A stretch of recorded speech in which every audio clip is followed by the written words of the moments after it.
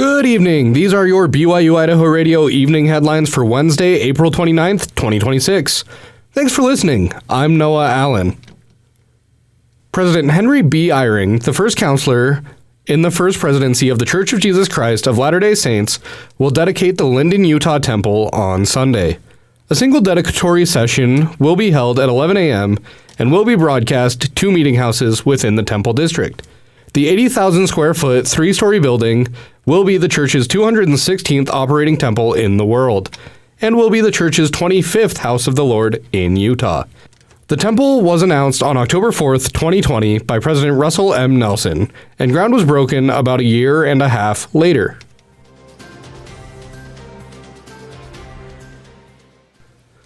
A Boise woman who stole more than $30,000 of various items last year is being let off without prison time.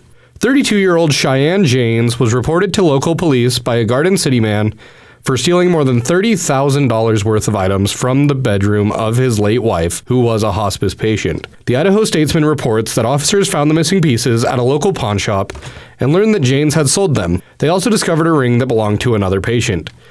Jane's defense attorney pointed out that she lost her judgment last year after, quote, dabbling with methamphetamine. Janes was remorseful for her crimes and said she wanted to take accountability for her drug use. She has since sought out treatments through addiction programs and therapy. 4th District Court Judge Peter Barton gave her a lengthy warning about the dangers of drug use and that she shouldn't try drugs again. Janes was ordered to serve 60 days in the Ada County Jail and pay $6,525 in restitution.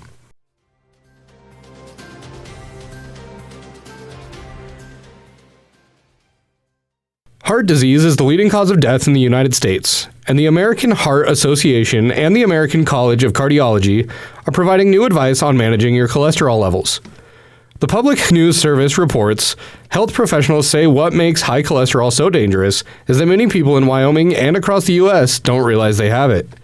But Dr. Mark Huffman, a cardiologist at Washington University Medicine at Barnes Jewish Hospital in St. Louis, says there is some good news. Cholesterol from developing it and manage it through a combination of things like healthy behaviors, screening. We got to know our numbers, including how to know our risk, and then when needed for the right patient's medication. He stresses that because high cholesterol shows no noticeable warning signs, it's critical to know your numbers through regular screenings.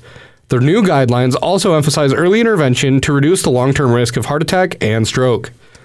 Doctors point out another major barrier. Many people don't fully understand bad cholesterol or how it affects heart health.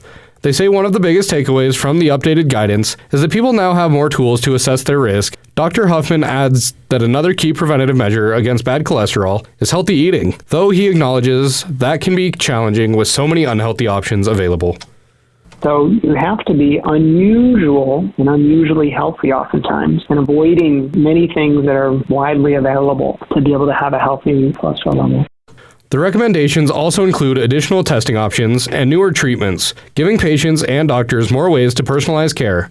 Researchers say taking action as early as childhood can significantly lower the risk of heart disease later in life.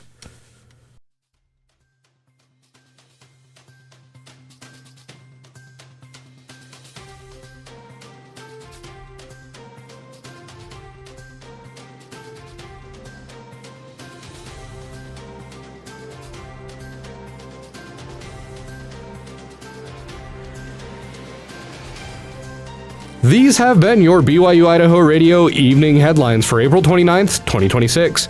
Thanks for tuning in.